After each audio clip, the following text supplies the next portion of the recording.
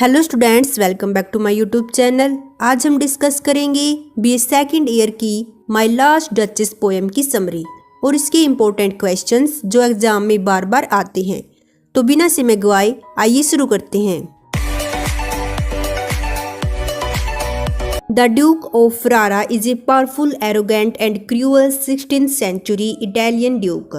He has recently become a widower and is interested in getting married for a second time.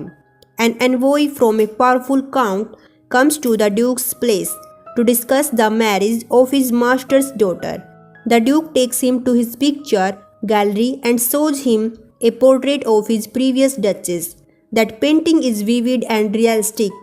The Duke is a great lover of art and takes pride in the portrait. Ferrara का Duke एक शक्तिशाली, घमंडी एवं क्रूर 16वीं सदी का Italian Duke है। वह हाल ही में विदुर हुआ है। वह दूसरी शादी करने का इच्छुक है। एक शक्तिशाली काउंट के दूत ड्यूक से मिलने के लिए तथा अपने स्वामी की पुत्री की शादी की बात करने के लिए ड्यूक के महल में आता है। ड्यूक उसे अपनी पिक्चर गैलरी में ले जाता है और उसी अपनी पिछली डचेस का चित्र दिखाता है। वह चित्र सजीव और वास्तविक है। ड्यूक कला का महान प्रेमी है और उसे चित्र का अभिमान है। The duke tells the messenger that only he removes the cover of this painting. At this point the duke sees a questioning look in the envoy's eyes. He immediately understands that the envoy wants to know the reason for the deep and passionate gaze in his former wife's eyes. The Duke tells him that the cause of the Duchess' look of love was not the result of an illicit affair or improper love. The portrait on the wall was not painted by an ordinary artist, but by a monk who completed it in a single day. The Duke did not allow the monk more than one day because he did not want closeness to develop between the Duchess and the monk. This shows that the Duke was a jealous, autocratic person, and the poor Duchess could not even move about freely, being the wife of such a man. Duke संदेशवाहक को बताता है कि केवल वही इस चित्र के कवर को हटाता है। इस बिंदु पर ड्यूक दूत की आंखों में प्रसन्नपूर्ण भाव देखता है। वह तुरंत यह समझ जाता है कि दूत जानना चाहता है कि उसकी पूर्व पत्नी की आंखों में गहरी एवं पैशनेट दृष्टि का क्या कारण है। ड्यूक उसे बताता है कि उसकी डचेस की आंखों में प्यार की भावना का कारण कोई षड्यंत्र अथवा अनुचित प्यार का नतीजा नहीं है। दीवार पर बना हुआ चित्र एक साधारण कलाकार के द्वारा नहीं बनाया गया था, बल्कि एक भिक्षुक के द्वारा इसे एक दिन में बनाया गया था। उसने भिक्षुक को एक दिन से ज्यादा समय नहीं दिया था, क्योंकि वह नहीं चाहता था कि उसकी डचेस और भिक्षुक में नजदीकी कायम हो। इससे पता चलता है कि ड्यूक ईर्ष्यालु, निरंकुश व्यक्ति था और बेचारी डचेस एक ऐसे व्यक्ति की पत्नी होने के कारण स्वतंत्र रूप से विचरण तक नहीं कर पाती थी। Furthermore, the Duke tells the envoy that his late wife was a woman of a child-like and foolish nature. She used to become happy over trivial things. She would thank any person for the service rendered to her and lacked a sense of pride or greatness. Her heart was like that of a child. She felt joy very easily. She was the wife of a duke whose family name was 900 years old. Yet she treated his gift as equal to other tribal favors. आगे Duke दूत को बताता है कि उसकी अंतिम पत्नी बच्चों जैसी एवं मूर्खतापूर्ण स्वभाव की महिला थी। वह तुच्छ चीजों पर ही प्रसन्न हो जाया करती थी। वह किसी भी व्यक्ति के द्वारा उसके प्रति की गई सेवा के लिए उनका धन्यवाद किया करती थी और उसमें शान एवं महानता का भाव नहीं था। उसका दिल बच्चों के समान था। वह बड़ी आसानी से प्रसन्नता का एहसास किया करती थी। वह एक ऐसे ड्यूक की पत्नी थी जिसका परिवार 900 वर्ष पुराना था, लेकिन वह उसके उपहार अन्य तुच्छ सेवाओं के समान मानती थी। In reality his farmer wife did not believe in discrimination and lacked a sense of pride और decorum. She would smile at everyone without any distinction. She thanked every person in the same manner, while the Duke expected his wife to have a better understanding, and he tried to advise her she could not give up her habit of smiling. Such behavior became unbearable for the Duke. Finally, he gave commands, and then all her smiles stopped completely. Perhaps the poor innocent Duchess was killed on the Duke's order. वास्तव में उसकी पूर्व पत्नी भेदभाव को मानती ही नहीं थी और उसमें शान एवं डेकोरम का भाव ही नहीं था।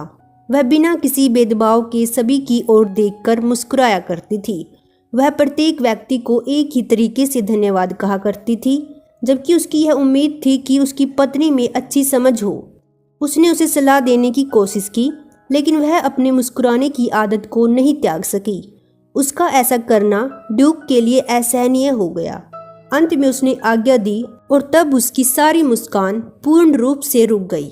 शायद बेचारी निर्दोष डचेस का ड्यूक की आज्ञा से उसका वध कर दिया गया। Then the Duke asked the envoy to go downstairs where other guests were waiting. He tells the Count's envoy that he expects a substantial dowry from his master. However, with great cunning, he states that his primary objective is the Count's daughter, not the dowry. In this way, it is revealed that the Duke, besides being a cruel person, is also greedy and manipulative. His only virtue is that he is a lover of art. तब Duke ने दूत को नीचे चलने के लिए कहा, जहां अन्य मेहमान इंतजार कर रहे थे। वह काउंट के दूत को बताता है कि उसे उसके स्वामी से काफी दहेज की आशा है, लेकिन बड़ी चालाकी से वह बताता है कि उसका प्रमुख उद्देश्य काउंट की पुत्री है, न कि दहेज। इस प्रकार यह पता चलता है कि ड्यूक एक निर्दयी व्यक्ति होने के साथ साथ एक लालची एवं चालाक व्यक्ति है। उसमें केवल एक अच्छाई है कि वह कला प्रेमी है। As the Duke and the envoy were descending the stairs, the Duke asked the envoy to look closely at a bronze statue.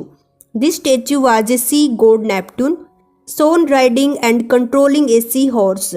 The Duke told the envoy that this statue was made for him by a great sculptor named Claus of Innsbruck.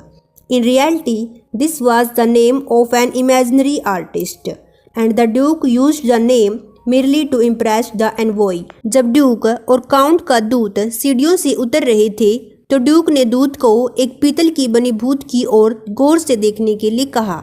यह भूत समुद्र के देवता Neptune का था। इस भूत में समुद्र के देवता को एक समुद्री घोड़े पर सवार और उस पर नियंत्रण करते हुए दिखाया गया था। ड्यूक ने दूत को बताया कि इस भूत को एक महान मूर्तिकार ने उसके लिए बनाया था, जिसका नाम क्लॉस ऑफ इंसब्रुक था। वास्तव में यह एक काल्पनिक कलाकार का नाम था और ड्यूक ने उसके नाम का प्रयोग दूत को प्रभावित करने के लिए किया था। आइए अब इस पोएम को और भी आसान तरीके से समझते हैं। कहानी शुरू होती है इटली के फेरेरा में। ड्यूक एक नया रिश्ते के लिए एक काउंट के मैसेंजर से बात कर रहा है। बातों बातों में ड्यूक उसे एक दीवार पर लगी पेंटिंग दिखाता है। वो पेंटिंग उसकी लास्ट डचेस यानी उसकी मर चुकी पत्नी की है। ड्यूक कहता है, that's my last duchess painted on the wall, look as if she were alive. यानी वो दीवार पर ऐसी लग रही है मानो जिंदा हो। ड्यूक उस मैसेंजर को बताता है कि डचेस की आंखों में जो चमक और होठों पर जो मुस्कुराहट है, वो सिर्फ ड्यूक के लिए नहीं है। डचेस बहुत मासूम थी। वो हर छोटी चीज से खुश हो जाती थी, जैसे सूरज की धूप देखकर, किसी के दिए हुए फूलों से या किसी नौकर की तारीफ से। लेकिन ड्यूक को ये पसंद नहीं था। उसे लगता था कि डचेस उसके 900 साल पुराने खानदानी नाम की इज्जत नहीं कर रही। वो चाहता था कि डचेस सिर्फ उसके लिए मुस्कुराए। ड्यूक इतना घमंडी था कि उसने डचेस को समझना भी अपनी तौहीन समझा। उसने सोचा, कौन इतना झुके। फिर वो एक ऐसी लाइन बोलता है जो आपके रोंगटे खड़े कर देगी। I give commands then all smile stop together.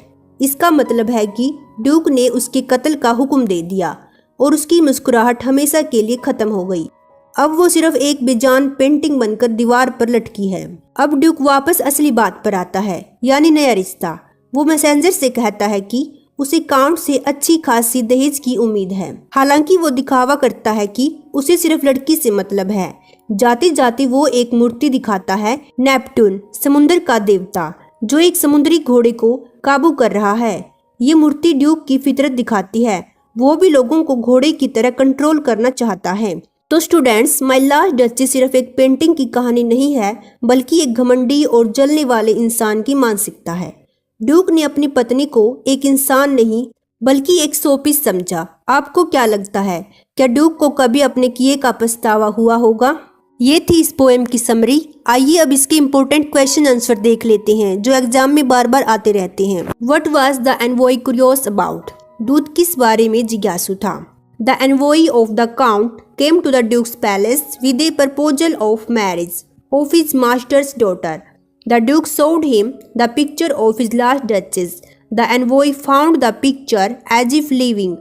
He was curious about the smile on the face of the picture of Duke's last duchess. Count का एक दूत ड्यूक के महल में अपने स्वामी की बेटी की शादी का प्रस्ताव लेकर आया था। ड्यूक ने उसे अपनी पिछली डचेस का चित्र दिखाया। दूत ने देखा कि उस चित्र में डचेस इस प्रकार दिखाई देती थी मानो वह जिंदा हो, इसलिए वह चित्र में ड्यूक की लास्ट डचेस के चेहरे पर मुस्कान के बारे में जानने का उत्सुक था।